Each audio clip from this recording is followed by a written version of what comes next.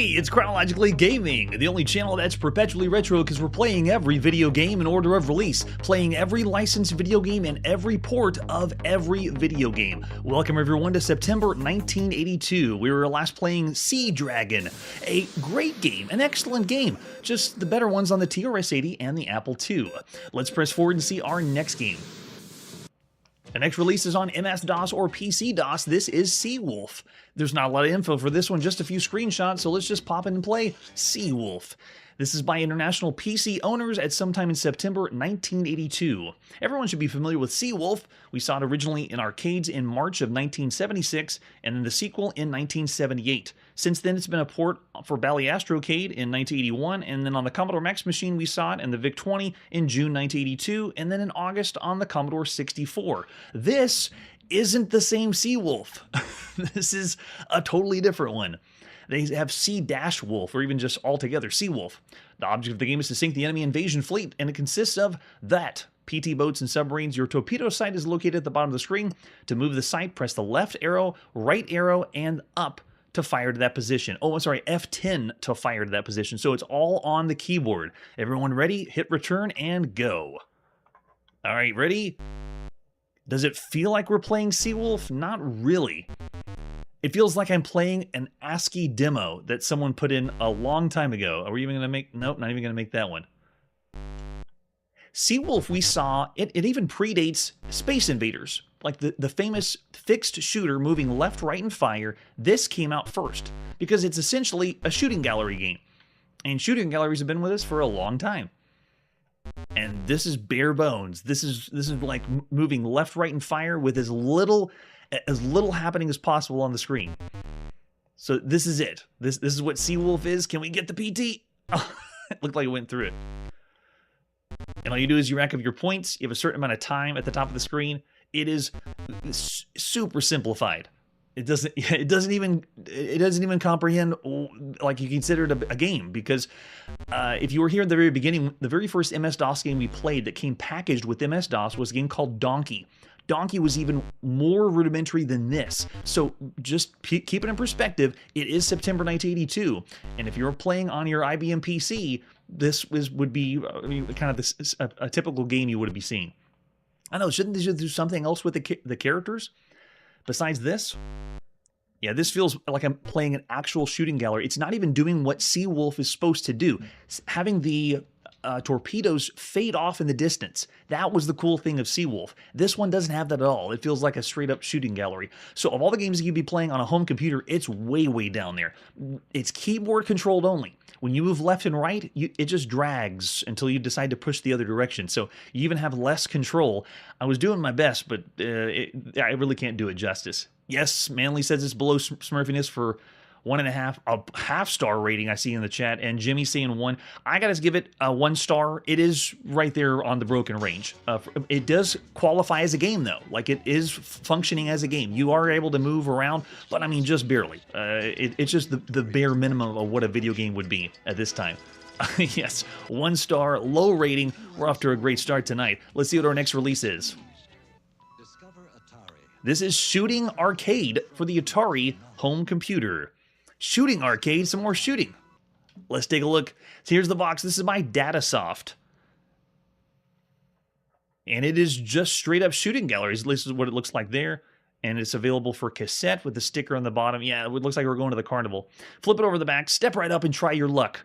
When a cuddling Dancy Bear for the little lady, it's Shooting Arcade, the most colorful, captivating amusement park attraction on the 4 corners of the earth. Put down your popcorn and listen to the pop-popping of the bullets as you shoot your way to success. Man, they really hype it up like we're actually at the carnival. Step right up here, step right up. It's easy. Just pull the trigger, hold the gun steady while you try stampeding elephants, waddling ducks, and be careful because the bullets run out, so do you, so you can't run out of bullets. Shoot with a smile, win big. You'll get a bang out of Shooting Arcade, and it's by Mark Riley. Way to go, Mark. The other games we've seen by him was Dung Beetles and Bishop Square Maxwell's Demon. That's a really bizarre one. What else do we have for Shooting Gallery? Besides the box, here's the ads you would have seen in magazines at the time. All the excitement without the quarters. And look, there they are. Every single one of those games we played so far.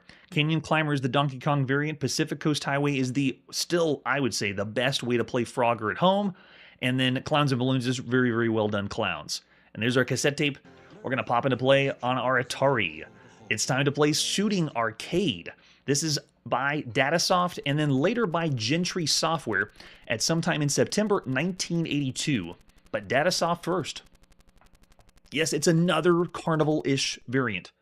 This one marks our 27th shooting gallery game of all the games so far. If we go back, some of the recent ones was Quackers on the VIC-20. It was kind of bad. Then we played Sticky Bear Bop before that on the Atari and the Apple II. And then, or Atari home computer in the Apple II. And then before that, we saw County Fair on the Apple II in August 81. And then a really good one by Serious Software called Both Barrels on the Apple II in 1980. And then before that was in the arcade Carnival we saw in June 1980. And this game is, it's kind of like the same idea that we said with video games. The whole shooting gallery predates all video games because shooting gallery and this concept has been around since amusement parks and carnivals have been around. So in video game form, it's almost like this is even older than Space Invaders itself. But you gotta admit, Space Invaders is really what started the whole thing off and kicked off the shooting genre and video games in general. There's a lot that it did. Yeah, so we saw Seawolf in the arcades in 1976. That was even before Carnival. But it got their idea from this. So we get to hear our Carnival riff. I'm going to actually raise this up to hear some Carnival music. Ready, and push and start. We're in. That whole row below us is all the bullets. You want to make all your shots count. If you end up hitting some of the sad faces, though, that are changing from happy to sad, then it adds more things to shoot, which again will make you run out of bullets. And then when you run out of bullets, you die. So make sure you hit the, oh, see I hit the sad face and we got another bunny that showed up. Make sure you only hit happy. Happy. Happy. Happy. Oh, they're switching out on me. They went from happy to sad. And how much firepower? I mean, oh, nice. Okay, so this one allows you to shoot really, really quick. But you're going to end up wasting ammo if you don't have it correct. And if you hit the sad faces, then you're not going to do so well. But yeah, it's bare bones. Carnival ripoff, but very well done. It goes to show just how far we've come on the show. Since the very beginning, home computers are able to play games that are just like in the arcade. It's really, really cool to see this come where it's been since the beginning. Now, seeing if I can get every single... I think I might be able to by the end. Let's see. If I can get this, the happy face. I want to be able to win the bear, because at the end, you don't really win a bear. It's a bear that comes on top of the screen, and it does what we saw, I believe, in the Quackers on the VIC-20, where the bear just huddles back and forth. Yes, bonus! And there's the bonus round. Here's how it works. The bear comes across, you fire at the bear, and it just goes back and forth, but it speeds up like that, yeah. And you got to be able to make it... I missed him. And then move on to the next round. So repeat ad nauseum. Those two screens are the only two screens for shooting arcade. It did look like Fozzie Bear. Any Muppet fans out there? All right, let's do a whole barrage. And then hold your fire for the sad faces. Go nuts for the happy... Oh, it looks like the happy faces changed too. And if you shoot the ones in the back, you get... Now, I don't claim to be a really amazing video gamer. I'm more of a historical documenter. And this one right here is... I'm actually doing very well, so it must be an easy game. You're just supposed to time your shots, and then put... Yeah, very simple. So there you go. That's Shooting Arcade. Of all the games you could be playing right now on a home computer...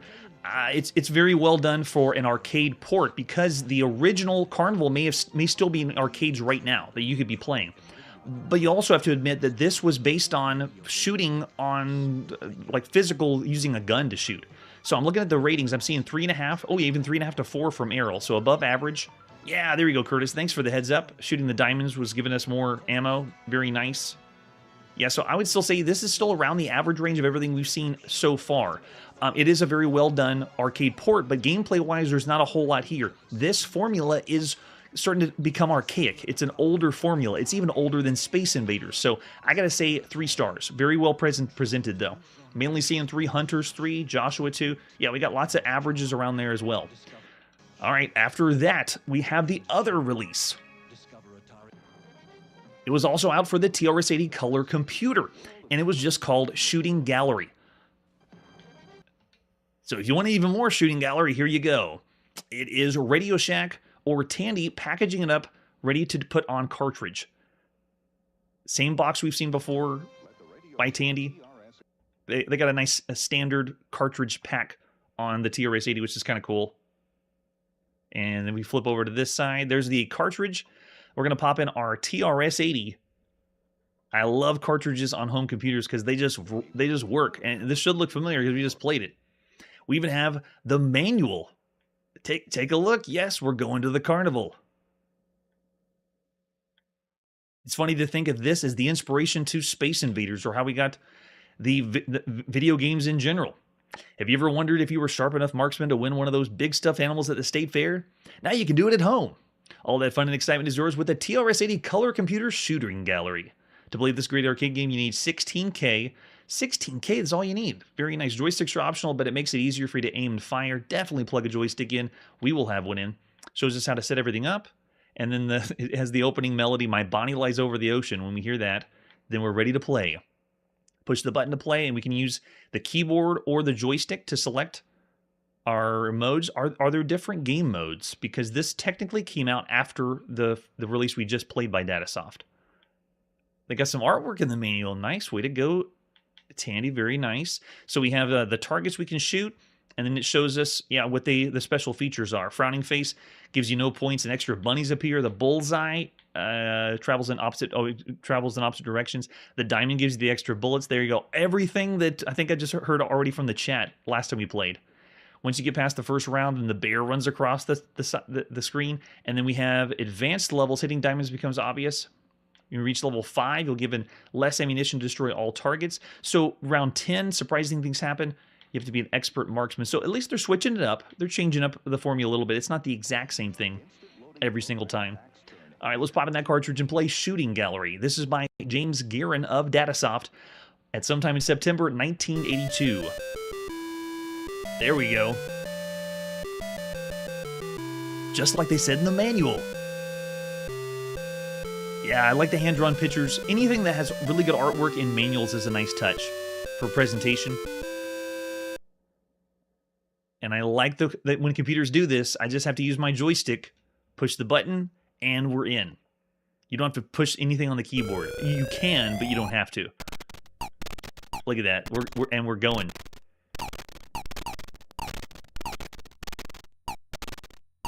The port is very, very well done. And there was another one that a port was done really well, and I think it was Datasoft too. We don't sing the animation though of the faces, so when they go from happy to sad, it's just a blink. Yeah, so you get it. And I also don't have the firepower. This one's functioning like the usual fixed shooter, one shot, and you can't fire again until it hits something or it leaves the screen. So I don't have the same firepower I had on the Atari home computer. Let's see if we can get an extra bullet in the back there. Or hit another... There we go. So if you had to split hairs to say which port is the better port, the Atari port is better, but just barely. You can still say they did a lot of work to make this function and play so well on the color computer. Oh, don't hit those sad faces. The bunnies come back.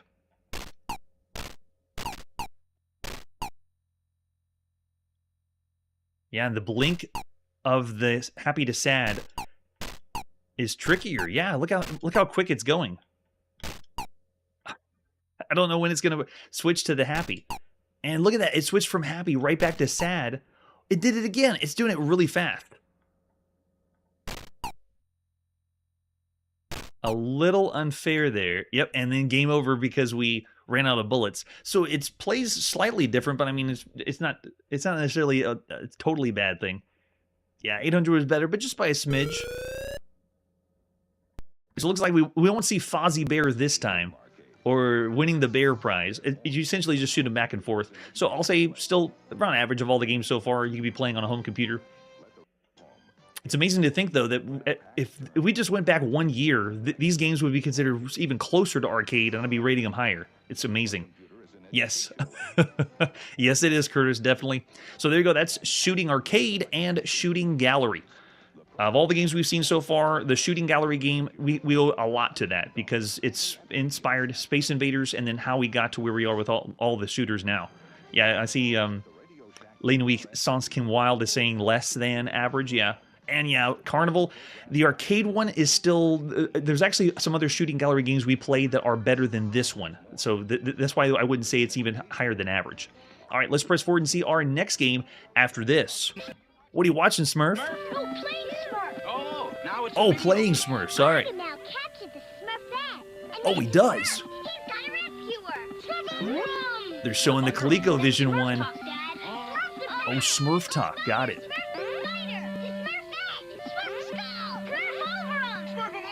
Smurf them all! Smurf on your ColecoVision, Atari VCS, or Intellivision video game system. Dad, maybe Smurf is too exciting for you. Yeah, I think it's too exciting. And that's kind of sad because the commercial said, here it is on ColecoVision, coming soon for Atari and Intellivision, and Intellivision never came out.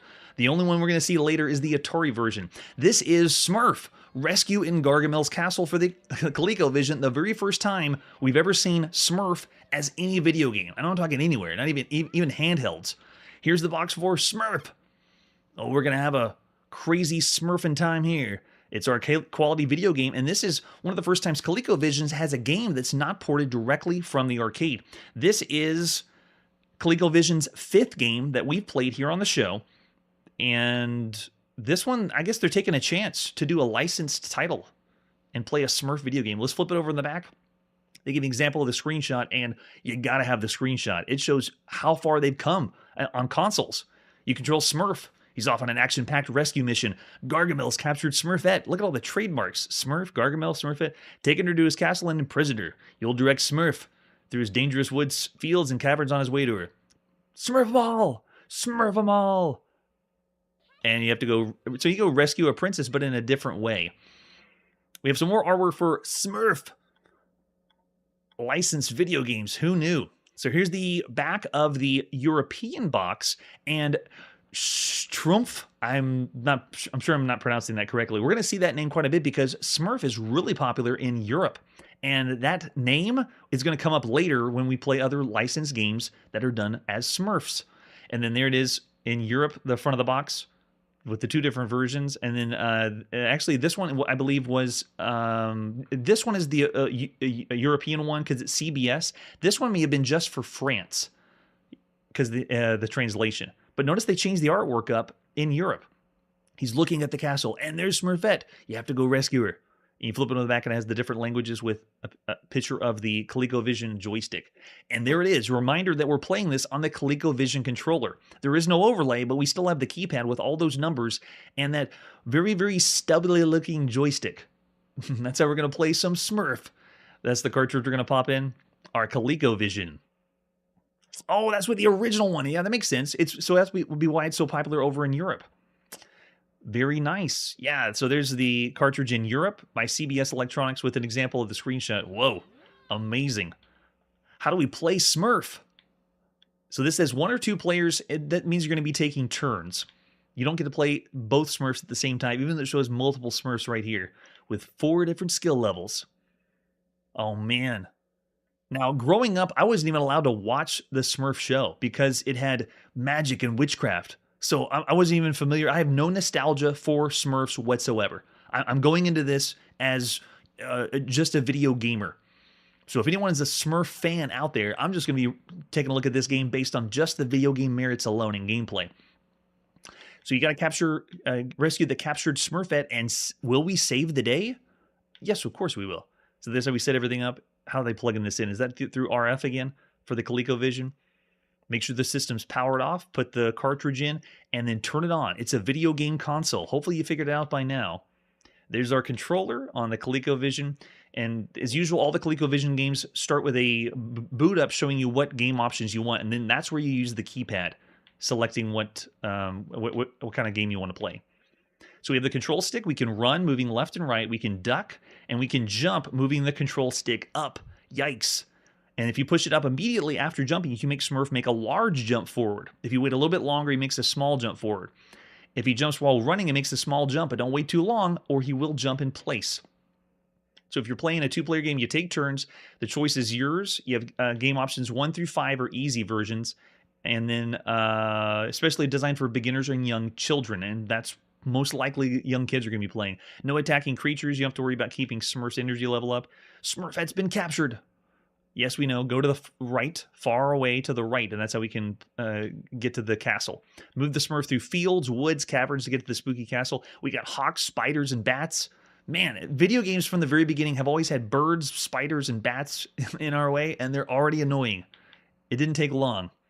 You have the ups and downs of the journey, making your way past sorts of dangers, fences, bluffs.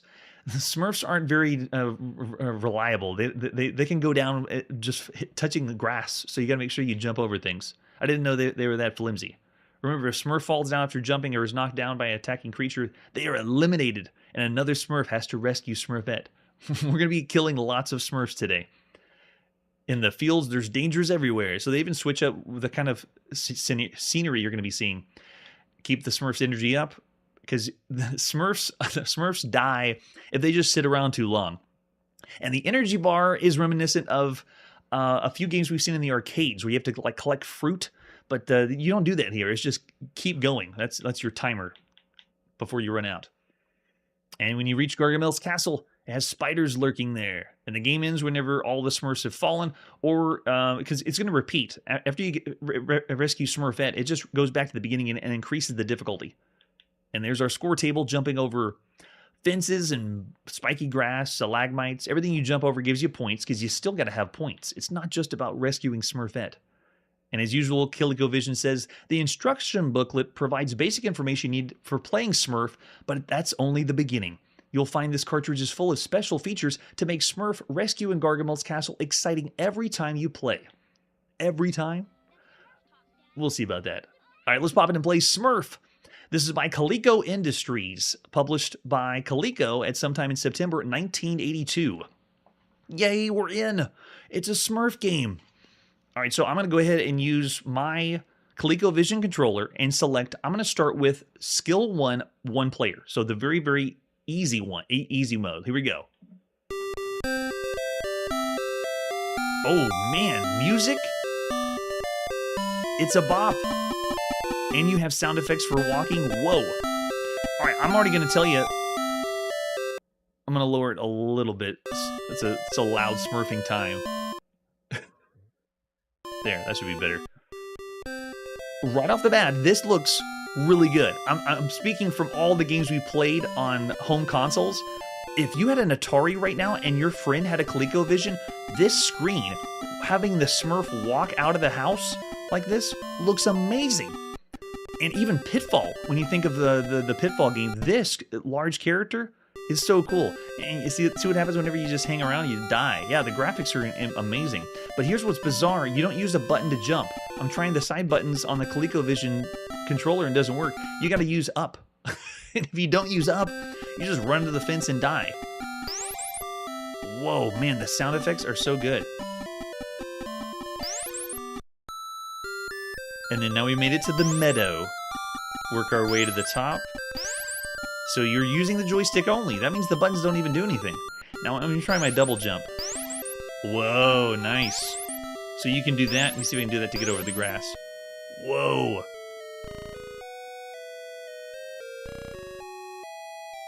I'm blown away. Of all the games we've seen on a home console, this thing is incredible. This game feels like another world. It's almost like Zaxxon. But it's doing it for a platformer. I love the flimsiness of the Smurfs. If you don't jump off the side of a cliff, then you die. Man, I know, it's like playing a cartoon. Look at how the Smurfs animated. Compare that to Pitfall Harry. And that's really all most you can compare it to. This, ladies and gentlemen, is the 78th platformer we played, and that counts for every platformer. We're talking even Panic variants, not just Donkey Kong. So 78 platformers. Of all the platformers, the only thing that this game can compare to is a game we played on the VTech CreativeVision called Police Jump, but that one was Donkey Kong, and when you got to the top of the screen, it did the scroll up. The only other game you can compare this to is Pitfall, of all those 78 platformers. Oh, here we made it. Oh, you gotta do a perfect double jump, I bet. Yep, and we died. All right, let's crank up the difficulty. Let's go ahead and hit star or asterisk, and let's go ahead and try skill level 3. So we'll do that for still 1 player. So now we should have, yeah, we have bats now. And that means we gotta make sure we use our duck. So cool. So that's what makes this game so amazing. There's only 2 other games that can come close to it, but even Police Jump, it wasn't scrolling to the left and right. It was only scrolling up for the different levels like Donkey Kong. Wow, music? It's too cool. Oh, I was supposed to do a double jump. I like how it's also changing the level up. You're not doing the exact same screen every time. Yep, do the duck. Very nice. Oh, if you don't land on the points, you don't get them? That stinks. I'm actually not looking up at the score when I say that. Man, gameplay-wise, though, wow. It's so good. Just because it's experience you don't see very often. It's also doing something that Pitfall does not do, and that is, we talked about viewing video games. Pitfall, when you go screen to screen, it does flip screen view. So it just swaps to the next screen. This is the very first platformer that's doing flip scrolling. When it flips to the next screen, it actually scrolls a little bit, and you notice that we can't go... We can. It'll let us go back and forth, but every time we go to the next screen, it doesn't blink to the next screen like it does at Adventure and most of the other games on consoles. It's doing a little scroll revealing the screen, which is, again, presentation-wise, it's a step above. As I'm just killing Smurfs. I told you we'd be killing a lot of Smurfs as I'm trying to talk about video games. Man. Oh, and then we already had a game over. All right, we'll go back to the beginning. Let's go ahead and crank it up. We're ready. Level 4. We need to rescue Smurfette and possibly do the secret bug. I don't know if it'll work or not. All right, so if we do level 4, that'll be there. So still 1 player. This is the hardest difficulty Smurf ever. So if you think of that competition and what else is out there, this is why this game is one of the best games you can play for any home console. Oh, yeah, I've got to watch out for the bats. Man, those bats suck. They move around randomly too. You got to be ready. And the up as jump, they shouldn't have done that. They should have used the buttons on the side of the ColecoVision joystick. Up as jump has never been good. We've seen that with a few other computers in Europe, but man. Yeah, this one's like the max level hard. Notice that the bat stays around too. You got to be able to duck, and you have to be able to get out of the way. The game is also doing what Pitfall did in offering checkpoints, so you don't start all the way at the very beginning whenever you die. Well, I am, because I'm just playing level 4. We're doing it again. Come on, level 4. So pushed it again. The tricky part, though, is the up on the joystick. Because it doesn't recognize diagonal movement, you have to be moving and make sure your joystick goes completely up for the jump. But you want to make it... Whenever you're approaching the fence, you want to do that diagonal, but it's just not going to respond. So that's kind of a fault, and it should have been assigned to a button like they did with Pitfall. But I mean, the gripes are so meaningless because of how cool the presentation of the game is. All right, is that gonna... Okay, we made it. It's a beautiful meadow with bats. Why are there's bats in every level? Alright, we only lost 1 life so far. Let's see if we can make ourselves... Oh, yes, right, we can't do... We gotta do the double jump. We'll wait for the bat to go over and go. Ooh, you gotta be really quick. We're gonna have too many flippin' Smurfs. Too many Smurfing Smurfs are dying. Just remember, when you use the joystick, go completely up on the joystick. I'm kind of getting the pattern of the bat, though. But this experience is still so rare. Oh, you gotta do the double, not the single. Don't go back over the cliff either, because you will die. Yes, so Joshua's already thrown out 5 out of 5. Yeah, does the controller really keep it? Well, at this point, we've already played a few games that use the up as jump, because the platform genre, or even Donkey Kong, you know, running around and jumping, is still really fresh. All right, I'm going to do it again, level 4. Yes, grass kills you. Something's up with games that originated from Europe, and I'm not saying this was developed in Europe, but you know, whenever you play games from Europe on micros, water droplets kill you, grass kills you. We just need different things to kill us. All right, here we go. We're going to double jump it and make it. Double jump and go. Yes. And then up on the grass. Yes. Okay, wait for the bat. Don't try that double jump yet, or we won't do it. No! The bat comes straight down. And notice when we do the checkpoint, they have changed the landscape, so you don't go back on the same level. Oh, man, I forgot to do the double jump. Okay, let's try it again. I still feel like I'm the one making the mistake whenever I play. All right, we barely made it through there. Such a treacherous, dangerous game. All right, I think we got it. There we go. Now do a double jump before another bat shows up.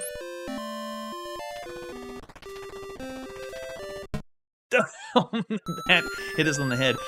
This means whenever you do, when you mess up, you realize that you have to go, oh gosh, you have to change your strategy, because the level's going to change.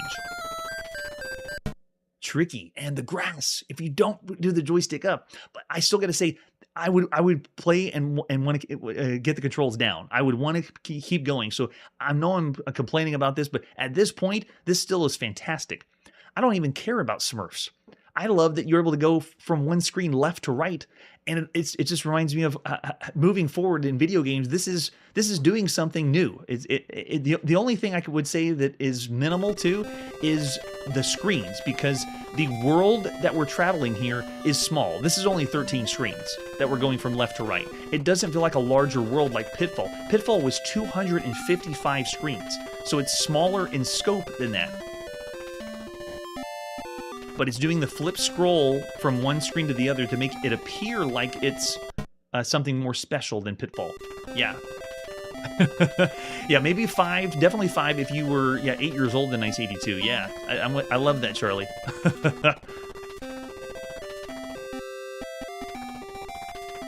Yeah, I'm nitpicking it just because after playing everything, I can understand the appeal of why this is so good. This is one of the best games you could play on any home console.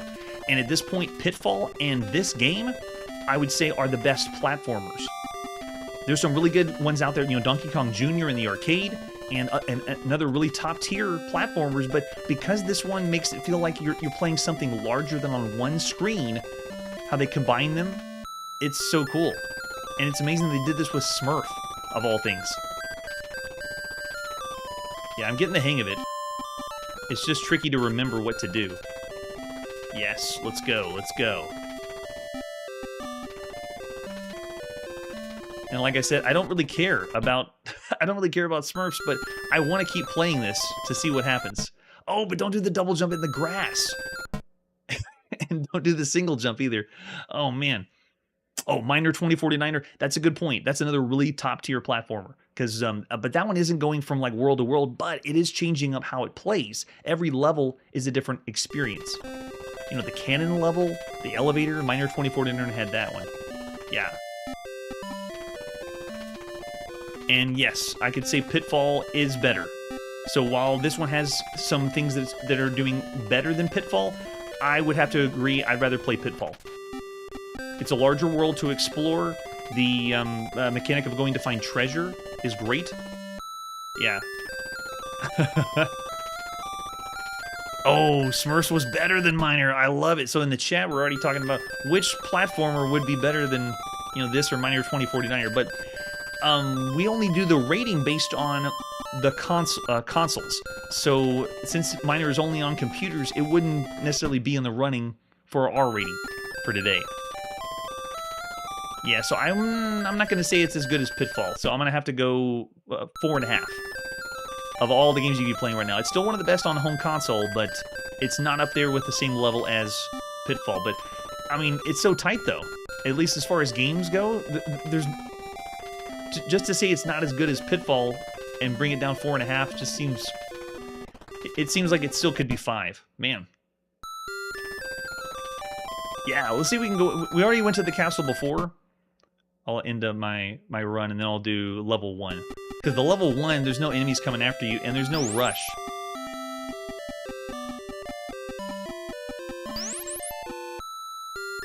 It sounds like we're also pushing the sound capabilities of the ColecoVision. Notice that we have sound effects of walking and jumping, because they're not playing the bat sound effect. Yeah, and they don't have the double jump. I think the double jump's only at the end. But this is the level that the kids will be playing. And then you have the castle in the background. Don't run into a stump. But that's only because I move the joystick diagonally. It's that the jump in Pitfall is superior. Wow. That's true, it was, but it's not yet. There is no minor 2049er yet. As of right now, September 1982, the only competition that this has is Pitfall. At least platformers that are doing this. And then we also had, oh, here, let me see if I can do this double jump and make it jump, jump. Oh, you hit the edge and you go down? Okay, we'll try it again. Let's see if the glitch works. It does work! That's gotta be... Is it a normal glitch or were they planning that? Wow, so you gotta get the right spot. Let's see if it's right here then. Alright, and do it again. We did it! Yes! We rescued Smurfette! And then they go back to the beginning. It should raise the level to level 2. So now here we are in level 2, and you repeat and try to get the higher score. Yeah, good game. Smurf, rescuing Gargamel's castle. I'm still on the fence. I'd say of all the games you could play on a home console, I'm between 4.5 and 5. I wouldn't say this is as good as Pitfall, though. It's less screens, and the adventure isn't as large, but this mechanic of moving left to right, platforming is just monumental. Yeah, I can't express that enough. Yeah, it is one of the best games you could be playing on a home console. So after all that and everything I explained while we're playing the game, I know the graphics is really what is flooring it. But here on the show, we say gameplay is king, and so I'm still gonna say it's excellent. It's one of the best games you could be playing. Oh, 5? Yeah, I know. I'm in between. Yeah, I'm still gonna say 5 because while I would say Pitfall is better, this is still excellent. This is a must-have video game right now of everything on a home console. Some are saying 4. Oh yeah, Curtis saying 4.5 at most. No, I enjoy the gameplay and how well it's fun to jump, like platforming. It's more in tune to like jumping over gaps and things like that. It's great. Oh yeah, 555. But I'm right on the fence between the two. Man, oh man, what a game. Lots of fun for the home console. Let's see what our next game is. So now we're going to the home computer world. This is the Coco, and we're going to play some Snak-Pac. Snak-Pac is a really bizarre release. All we have is an ad that was in, I believe, Rainbow Magazine from Tom Mix Software. So this one is originally released as Pac-Tac in September 1981, and then we had a different version 2 that came out at some time, but it never was official. And then we have this one, Snak-Pac, which essentially is the version 2, but official one by Tom Mix, but it's hard to determine how they released this one. And then later we're going to see Pac-Tac 2 at some time later on. So there it is, Snak-Pac. The best Pac-Man yet is what they say here. Let's pop in and play Snak-Pac by Larry Bank of Tom Mix Software at sometime in September 1982. That's right, just like the pudding, right? So this one is machine language to get us to go in. Make sure I spell it right. Snak-Pac. Oh, yeah, I think I got it first try. Let's go. After playing Smurf, though, man, I want to go back and play Smurf on my buddy's ColecoVision. All right, so we booted it up, but it doesn't really load. It just goes to this white screen. And so let's try a few normal keys. Oh, it doesn't work. Okay, well, let's pretend it's 1982. What would I do if it's 1982 and the game does this? Let's push a button. Okay, the button worked. We got a black screen. Now what do we do? Let's try 1 for 1 player. It worked. We're in. Here's Snak-Pac. It is Pac-Man. It's like an upgraded version of Tac-Tac that we've already played. It actually resembles Pac-Man too. Let's go ahead and pick up our power pellet. Oh, and they turn to sad faces. Cool sound effect. The power pellet doesn't last too long, though. I'm going to have to save it till the end. Let's see what kind of AI... Oh, they're going right at me. They gave us a few more power pellets. But yeah, it's Pac-Man. This is the 107th Pac-Man game we played here on Chronologically Gaming. 107 Pac-Mans and going. And this one is actually I'm on the fence about this one. It's like average, but possibly sub-average. But, I mean, we played 107 Pac-Man games. Can you believe the Pac-Man fever is strong? Oh, yes. Yes, the Pac-Man fever is very strong. All right, let's see if we can take out them. The sound effect, whenever you pick them out of the crowd, it works really well. All right, let's pick up another one. I think I can finish off the board. First time. Go there, and then I got to make my... Oh, nope, not looking good. Let's warp our way around the other side. So joystick controls are okay. We've played worse joystick-controlled Pac-Man games on the Coco. And there you go. Screen's done. Got a flash like the arcade. Nice. They do have a Joker-like smile. Kind of creepy. Look at that. Notice that the charm of the sound and music of Pac-Man's not here. And after going from Smurf to this, it feels so quiet and distant. What the hell is wrong with me? Why did I rate a Smurf game 5 stars? It's because I played so many platformers that it had to be. It's just very good. Oh, and there's our death. We'd like wipe from existence. Nice. So this is Tom Mix Software's 10th game that we've seen here on the show. And so far, they've been middling to mixed reviews between all of them. Of all the Pac-Man games so far you can play on a home computer or any video games in general, I'd say this is still about average for everything so far. Yeah, it's good, but not great. Yeah, thanks, Curtis, for the background story in the chat. And thanks, everyone on the chat. Lots of times I look over in the chat and get a lot of great information there, so I really appreciate it. There you go. So I'm seeing a 2.5. Yeah, I'm seeing maybe a 3. For a home computer, though, you'd still have enjoyment for this one. It's an updated version of the one we played before, and when we played it back in 1981, it was still fairly average for everything so far. So yeah, I'm still thinking around average for everything up to this point. Couldn't say in 3 as well. Yeah, average. So yeah, I'll say the same. I wouldn't say 2.5, because it's very well done for a Pac-Man clone, and there's plenty out there for home computers, but I wouldn't say lower than 3. All right, let's see where we're going now. We're back on the Atari home computer. This is Soccer by Thorn EMI. Soccer. Imagine soccer. All right, so this one, Thorn EMI, is a cool publisher because they really put a lot of presentation into their box. They don't need to do a lot here, but here's what's interesting. Thorn EMI is from the United Kingdom, and they're calling the game soccer. Why? I thought it was football in Europe. So I'm very surprised. It's also released later by Alternative Software, I believe in 1980s, later in the 80s. And then you flip over the Thorn EMI box. That's why this is where their presentation shines. Down on the bottom left, they tell us what the program needs, and this one can play with 4 people at one time. The most exciting computerized soccer game ever. Starting from a kickoff, you receive the ball and move it down into your opponent's half. Possession and ball control are both required in this test of skill. Very, very nice. So you can play multi-skill levels, play against a friend, play against the computer, team up with your friend, and challenge the computer. There's over 200 game variations because it has 4 players. And then this was the back of the Alternative Software box. It's the same game, just repackaged. And then there's the ad you would have seen in magazines. The most exciting computerized soccer game ever. And it is available on cartridge, but that's not all. It's available on lots of different ones. I know, right? Soccer. This one is the... this one's the 17th soccer video game we've played on the show.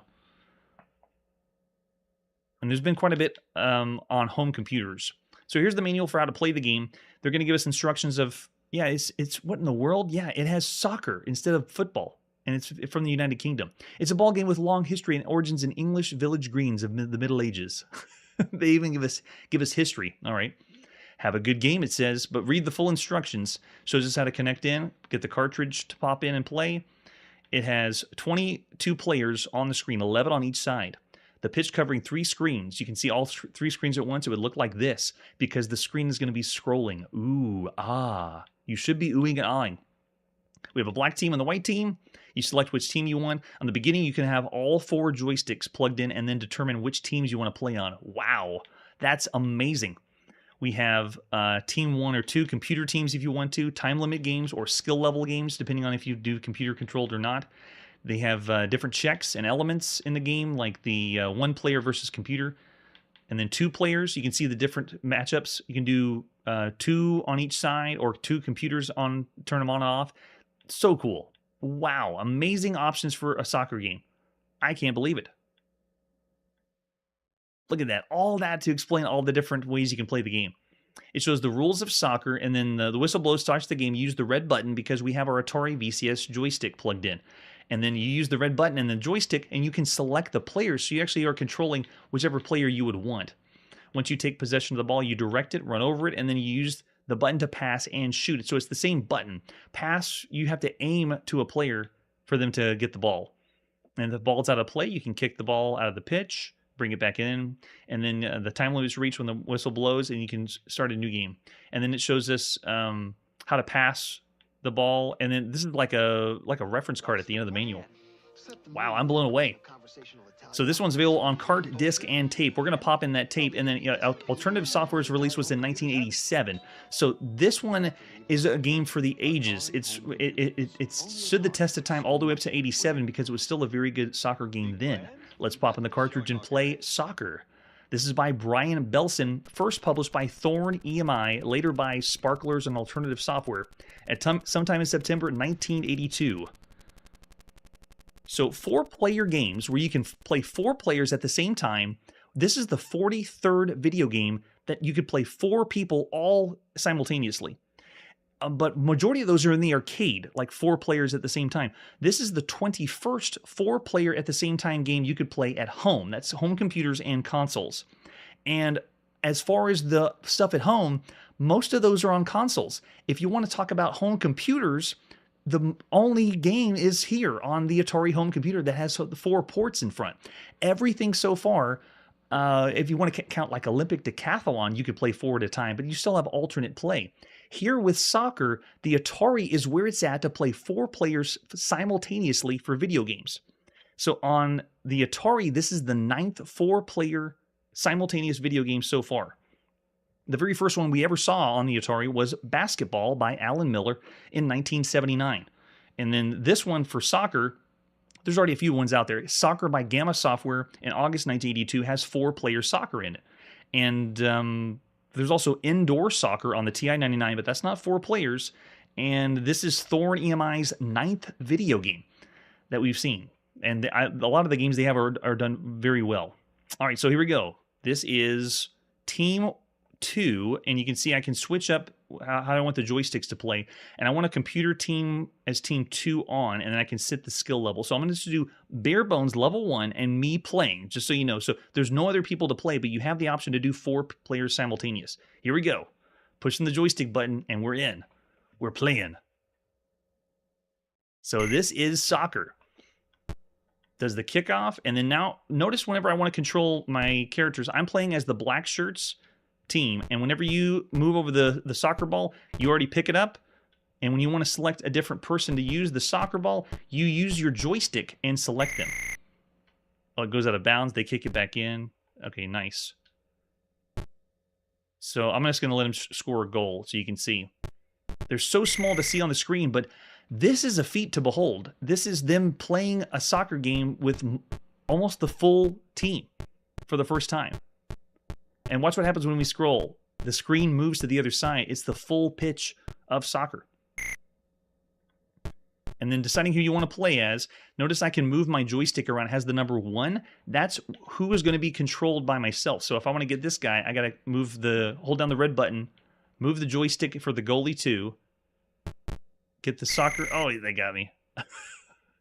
So you're able to control multiple people, and this would be really, really fun to play with 4 people at the same time. Cooperatively, working together. Wow. Amazing. So this was done by Brian Belson, and before this game, he just did a couple educational titles. This is the very first soccer video game we've ever seen on a home computer that can scroll.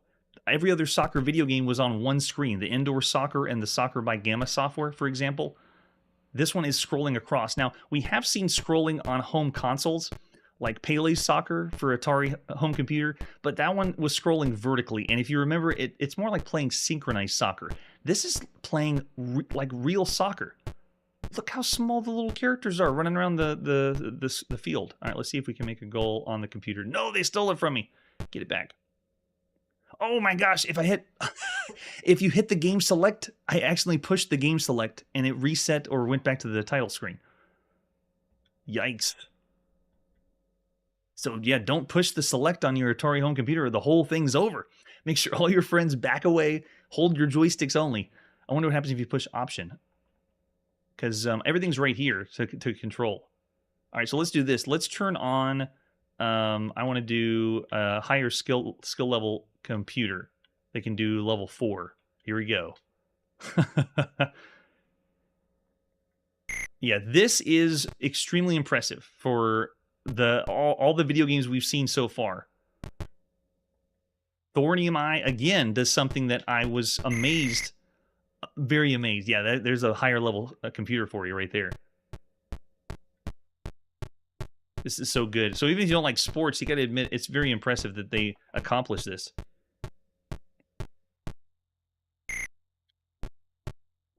And if you don't even care for sports video games, it's still fun. For play control, you're using the Atari joystick, and it works great. You're able to switch between characters holding down the red button, and then when you have the ball, shooting and passing is the same thing. That's what we've seen for most soccer games. There isn't a separate button, one to pass and one to shoot. You just have to aim your pass into where a player is. Oh no, I would say this does, because this is 4 players at the same time, and oh, let's see. So the way it's controlling too is simpler than the Intellivision. So I would even say this is better than the Intellivision soccer. Nazzle soccer, I believe, is what it's called. I know you have to be also into soccer. It's still a mystery to me why this game is from the United Kingdom. Why it's called soccer. We're going to see many more games that are called football. Yeah, this is the best way to play soccer on a home computer right now. And I thought the Gamma software one was good because it was 4 players, and it was very, very good. This is great. Yeah, Curtis is saying 4 to 4.5 too. Now, I can't really do it justice unless I have 4 people to play, because 4 players at the same time partnering up. You can even have, if you want all 4 on one team against the computer, you could all play together. It's just great with all the options. Yeah, so I'm going to say, of all the games you can see right now, this is up there as one of the best to play. I even want to go even higher than that and say 5, because this game is going to be re-released a few times, and it's going to inspire lots of other soccer games to have all the players on the field. So we said Gamma Software Soccer 4.5, so I'm going to go up even higher. I'm going to say 5 stars. Of all the games for a home computer, this is top of the top tier soccer. Amazing. All right, let's see what our next title is. We're going to stay in the United Kingdom and play some Space Battle on our Jupiter Ace. So this one looks like all the other Jupiter Ace games we've seen so far by high-tech Microsoft. And there's the cassette we're going to pop in and play Space Battle. All right, everyone ready? You might need to shield your eyes. Let's pop in Space Battle. This is again by Ralph Hilton of high-tech Microsoft at sometime in September 1982. All right, so to load it up, we have to make sure we type in very carefully the command to play Space Battle. And don't crash the game. Don't push the wrong key, basically. All right, here we go. All right, we're in. My cursor keys is how I control my ship in the center. and I push F to fire. Oh, get over to that side. Nope, over there. And you're supposed to wipe them out before they get close to you. Gosh, my eyes. At least it's not as bad in the senses. Wait, and then after the game's over, it just crashes? Let's try to just run it again. All right, it works. So just, you don't have to put the whole command in. You can just type run and play. But this is a fixed shooter. It almost reminds me of Space Zap, but not quite, because we're stuck in the middle. When I check the controls, all you have is one button. It's F to fire, and you're just firing in, I believe it's 8 different directions. It almost feels like I'm not playing the game. It's playing me. Because whenever I fire, there's a delay. Whenever I move around, there's a delay.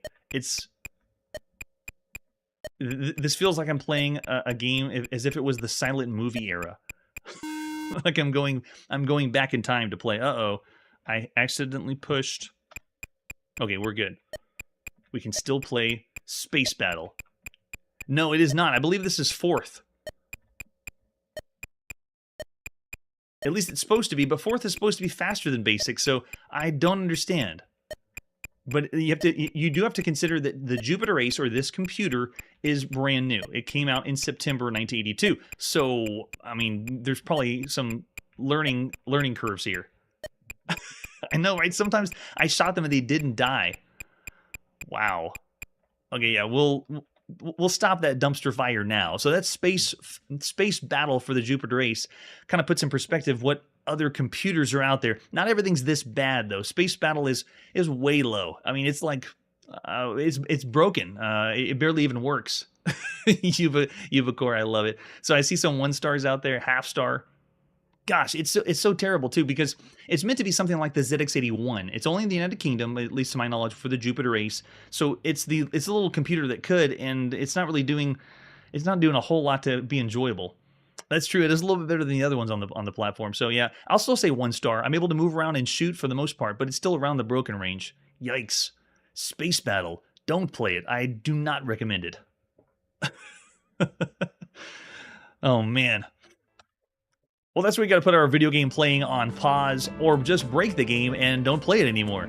Tune in next episode for some more space games of September 1982.